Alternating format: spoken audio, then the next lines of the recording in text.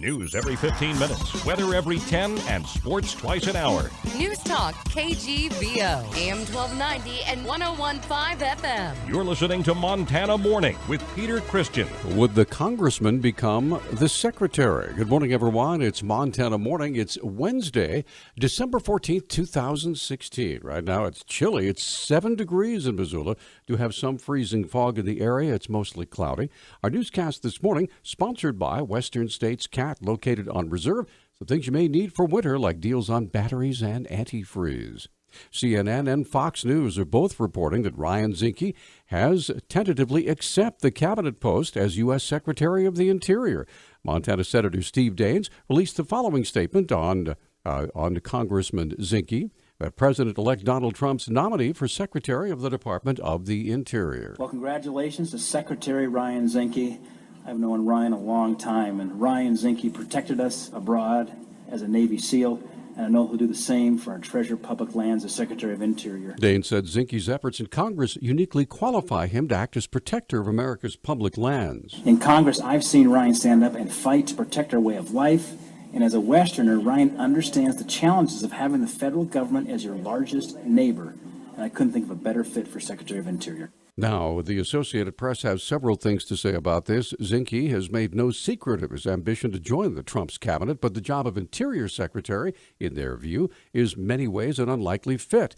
During his re-election campaign, Zinke identified his top priorities as national security, the repeal of the Affordable Care Act, and improving the U.S. economy. Only after those did he list interior issues such as coal mining, oil and gas exploration, protection of public lands, and providing more resources for American Indian tribes. Now, Montana Governor Steve Bullock would have to call a special election if Zinke does vacate his House seat to head the Interior Department. State law requires a special election be held between 85 and 100 days of a vacancy in the office of a U.S. representative or senator. Bullock, who is a Democrat, could appoint a temporary replacement congressman until the election results are certified under state law. Bullock would have to appoint a Republican from a list of 3 candidates provided by the Montana GOP Central Committee. Bullock's office released a statement yesterday that said, in part, it is reassuring that a Western voice is being advanced for a post critical to Western states, end quote. After reports of gunshots in Missoula early yesterday, police responded to an apartment complex on the north side of town just after 12:22 in the morning.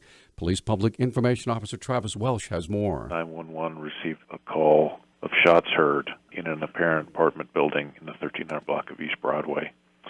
Several officers responded and did identify an apartment that the shots appeared to have come from.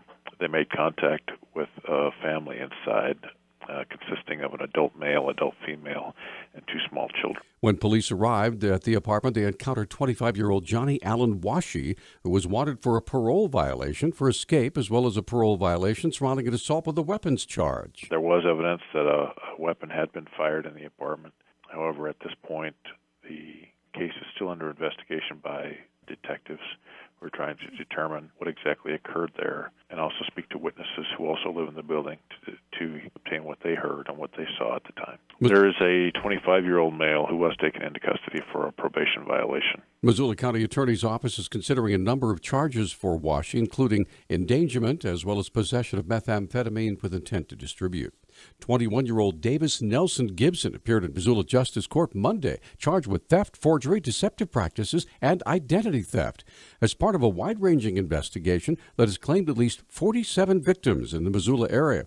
Senior Deputy County Attorney Carla Painter said Gibson's the first of at least 7 individuals to be arrested who have been named in the affidavit of probable cause in this investigation. Looks like we've got at least 5 or 6 people heavily involved. Essentially, they've been going to random locations and stealing mail from people's mailboxes, as well as identifying information and checkbooks from people's motor vehicles.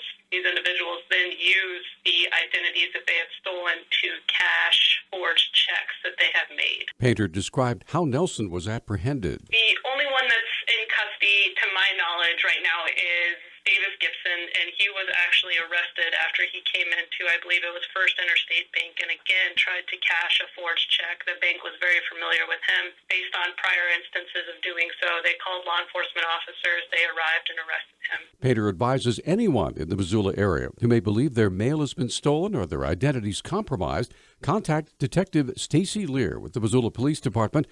Her number 552-6300.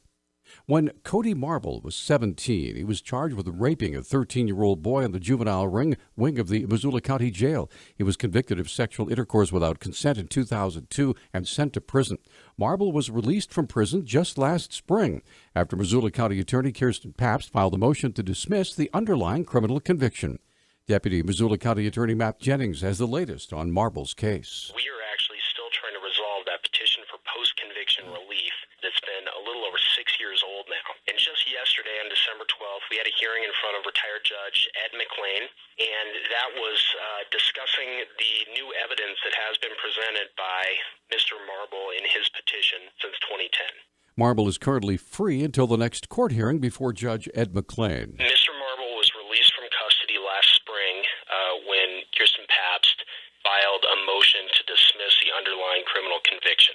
And while Judge McLean did not grant that motion, he did release Cody Marble pending his ruling in this petition for post-conviction relief. Jennings believes Judge McLean will announce his decision in a few weeks on whether Marble should remain free. A political nonprofit group dedicated to providing voters with unbiased facts about candidates is moving from Montana to Iowa. The Des Moines Register reports VoteSmart plans to trade its ranch here in Montana for offices at Drake University.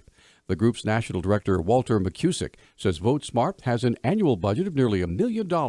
Its workers build a database of information on candidates and issues nationwide. And Yellowstone National Park is opening its roads to the public for snow vehicle travel this week. The Billings Gazette reports that starting tomorrow, visitors can travel the park on commercially guided snowmobiles and snow coaches from the northwest and south entrances, or on non-commercial guides with the proper permits. The park's east entrance over Sylvan Pass isn't scheduled to open until December 22nd. Our News Talk time, 6:12. News Talk, KGVO. Missoula's official weather station. Cold start around the region as we drop into the single digits above and below zero this morning. Increasing clouds this afternoon with a high of around 21, but remaining dry. Snow showers accumulating overnight and into tomorrow. I'm meteorologist Matt Gray for the NBC Montana Severe Weather Alert Team.